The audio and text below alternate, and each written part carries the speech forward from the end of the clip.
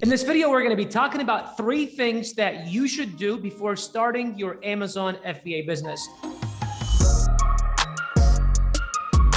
Now, those of you that don't know who I am, my name is Bashar Khatun. I'm the founder of BJK University, an education company with a mission to impact 1 million lives. Now, this is kind of another series of videos that I'm doing with Lorraine, one of our coaches, who we simply come on in, and it's more of a podcast, back and forth style video where we select topics and simply we dig into each other's brains and then start working together to really deliver to you guys the best value possible. So let us know in the comments if you guys do like this style of content. So without any further ado, let's go ahead and jump in and see what Lorraine has to say about this. Hey.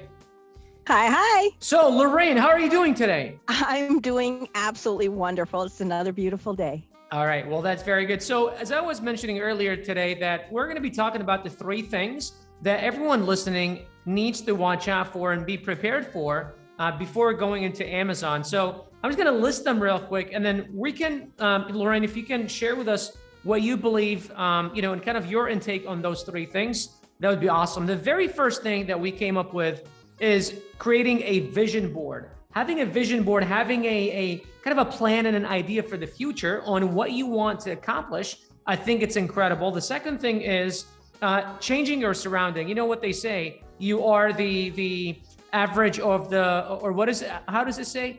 You're 5 people you surround yourself with. That's right. So if you're surrounded with 5 millionaires, you're probably going to be the 6th. If you're surrounded with 5 losers, you're probably going to be the 6th. And then the third thing is holding yourself accountable and being really disciplined about business and about showing up every day like it's day one, and then never really resting on your laurels or kind of going back to old habits. So Lorraine, why don't you kind of tell us a little bit more about what you believe and why you believe that having a vision board or having an understanding of the future, having a plan set in place is important for someone starting any business, specifically Amazon FBA? Absolutely. When we create a vision board, we have a visual. We make it real. It gives us our why. Why are we doing this? Why are we making the decisions that we're making? If I want to start a business, why? Why am I doing it? Is there something in my job I don't like? Is there something that's going on where I'm just not making enough money? Am I not happy with the people I work? Why? Why am I doing this? And then when we decide to move forward and make that decision to change our life, we're going to create a vision board, and we're going to do it twice, at least. We do our original vision board. I like to tend to put it on my screensaver, because when I open my computer to start my day, that's the first thing I see. And then I stop, and I won't open anything up for 30 seconds. I will just stare at it. And it's my why. Why am I doing this? Why am I creating my business? Why am I jumping in? Why am I digging my heels in? And this is my why.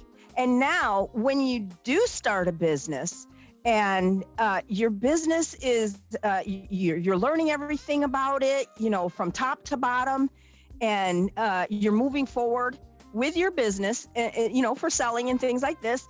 Now, do your vision board again in about 6 months to a year and watch it change, because your values tend to change. You meet people along the way, people who will give you some positive input on what you're doing, or negative input on what you're doing, but not in a negative way, but in a corrective way to help you out. And then you start going again and again and again, and then change your vision board and see what happens. Mine, I started off with the mansion, the car, all this cool stuff. And then it was about 8 months later, I said, okay, it's time to redo my vision board, and let me see if I can find some neater things. And what I noticed is I sat there and I started to really look inside myself, and I looked at that vision board. And yes, it didn't become the mansion. It became getting the mortgage paid off because I love my house. It became, I don't need this Louis Vuitton trunk. How about donating to prisoners of war?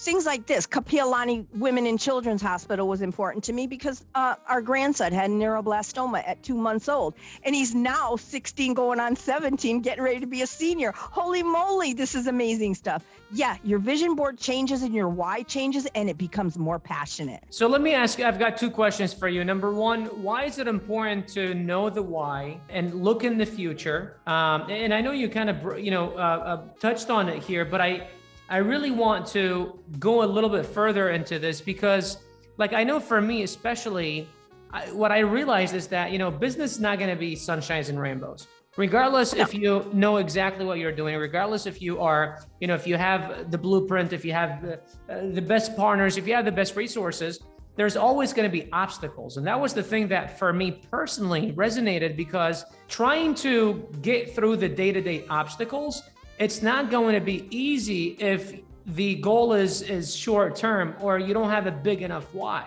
right? But what I realized is when I can see in the future and I can look out in the future and see where I'm going to be in 2, 3, 5 years from now, the day-to-day problems and obstacles just paled in comparison. And it was like, they don't, they like, this is like pity stuff. I don't need to really worry about this. Have you noticed that with you as well? I have done that, and then I backpedaled because every single little thing that I do in my business also comes from my why. And if you make this public, okay, to yourself every single day, and it's motivation to keep going. When we have an obstacle, all obstacles have a solution. The object is to find it. What is the solution to this? Not only that, a really good thing to do is to surround yourself with people who are of like mind, who can also add value. If they can add value to you and your business mindset, it helps you to be able to create solutions, things that maybe we didn't think of, things that you have to do your due diligence, especially when it comes to finding solutions. Don't sit there. Don't sit back just to say, well, I can't do that. No, don't do that. There's always a solution. You can always find something. And when we keep looking at that vision board, it's always ever present. That vision board is so ever present that it becomes a part of who we are and our motivation. That's awesome. And the other thing that I also want to touch on that is, you said that you started with like the Louis Vuitton and the mansion and stuff like that, and then those changed. Why do you think that is? Because it's not who I really am. Everybody wants that champagne and caviar lifestyle, parties every night, especially when they're younger. And it's like, oh, I'm 59 years old. The heck with that. I don't need that. I'm too old for this stuff. But I got a chance to look around. When I started working on my business and, I started to gain a little bit of success in the beginning, and I enjoyed it a whole lot, even when I came across challenges, because it made me stronger. And if it arises again, I know exactly what to do. So it builds your character in your business. And yeah, I started to take a closer look at myself. And I realized, am I happy with my life right now? What am I not happy about with my life right now? And what I found out was what makes me really happy today. And when I decided to do that, my vision board changed. What makes me happy today? My grandson is going to be 17. What makes me happy today? I live in Hawaii in a beach house, yes, with a mortgage, but it's beautiful here. Whether I have 2 nickels to rub together or not, I have a wonderful husband who adores me, and no matter what happens, he's there. So my vision board changed to him and I walking on the beach, freedom of time that I wanted to spend with him, not always having to work 20-hour days, missing out on births, funerals, reunions, every little thing, a dinner. I can't. I got to work. Yeah. Because I was working hard, not smart. Yeah, absolutely. But yeah, the vision board is there and it does change. And now it starts to reflect who you really are. And that makes it more strong. That's awesome. So that's the vision board. That's the first thing. The second thing is that we discussed earlier was changing your surrounding. And there is the cliche saying, you are the average of the 5 people that you hang out or whatever. Let's talk a little bit more about that. Why do you think changing your environment, your surrounding, and the people that you surround yourself with is very important, and especially for everyone watching right now? Absolutely. Okay, we're going to take this back a step. Okay, when you're in school, going through school, and you're surrounded by a bunch of cheerleaders, chances are you're going to be a cheerleader, okay? Because this is what you want. If you're going to surround yourself by the A players, and you're going to be in the debate club and things like that, chances are this is where you're going to be. And these A players like this in scholastics tend to be the ones that get the scholarships, move on to, colleges and move on with their life. Sure. Whereas maybe somebody who's simply just trying to skate by will skate by in life or attempt to, but you do get older and looks fail. So you need to rely on yourself and not your looks. These things happen. So when we're in business, right now at my door, there's like this invisible barrier. When I have my headset on and I am working, there's an invisible barrier that nobody likes to cross. I even see the dogs looking at me like, can I come in? Because I'm dead on focused. I am so focused on what I'm doing because it's not only important to me, it's important to other people in my life. What I do, what I can accomplish, but it's not a burden. It's actually a joy. People, when we're at like a 9-to-5 and things like that, we have the burden. We have the burden of, can I get fired? We have the burden of, I need to get that check. If I am out sick, am I going to get docked on my pay? Is that going to affect my electric bill? Is this going to happen to me? It's a constant worry, So what we want to do is when we find someone that is, working on a business, doing well, these are the people that we want to surround ourselves with. They have a lot of knowledge. This knowledge you gain and you apply to your business, and you can apply it to your own lifestyle. Your lifestyle tends to change. Your thought process tends to change. Your ideals start to change. You'll still be a moral person, but your ideals of how things really work and how you can benefit your business will change. Absolutely. Yeah. And it's funny you say that, because I've literally seen, I've seen my behavior change as well, because I love my friends who I went to high school with and that are back in San Diego, but they work 5 days a week, 9 to 5. And then usually on their days off, all they want to do is smoke hookah and play video games, right? And so it's and then whenever I would open, I would talk about business or anything like that, they just were not interested in it. And then although, what I came to realize just recently is that success in life, it's not just about wealth. It's not just about financial success. For me personally, I created these 5 pillars, which is spirituality, gratitude, relationships, health, and wealth, right?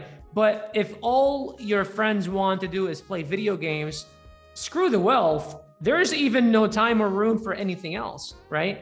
And you're not succeeding and you're not creating anything. You're not creating experiences. Like with relationships, it's all about creating experiences. And if I'm just glued to the TV and playing video games all day, what kind of an experience is that, It's mind numbing, and you don't realize that the day is gone. Right. And then the week is gone. And then the year is gone, and you're still playing video games. I'm like, dude. Yeah, absolutely. What are you going to, it's like, remember our parents would tell us, what are you going to do with your life? Yep. Is that it? Yep. No. Motivate yourself. Keep going. When we surround ourselves with people and it's things like Facebook. Get off Facebook. Oh my gosh. It's just mundane. And where's the value in, if you can find somebody who's on Facebook though, delete the rest and keep the one, because you're keeping it simple and you're remaining focused because they have value to add to you.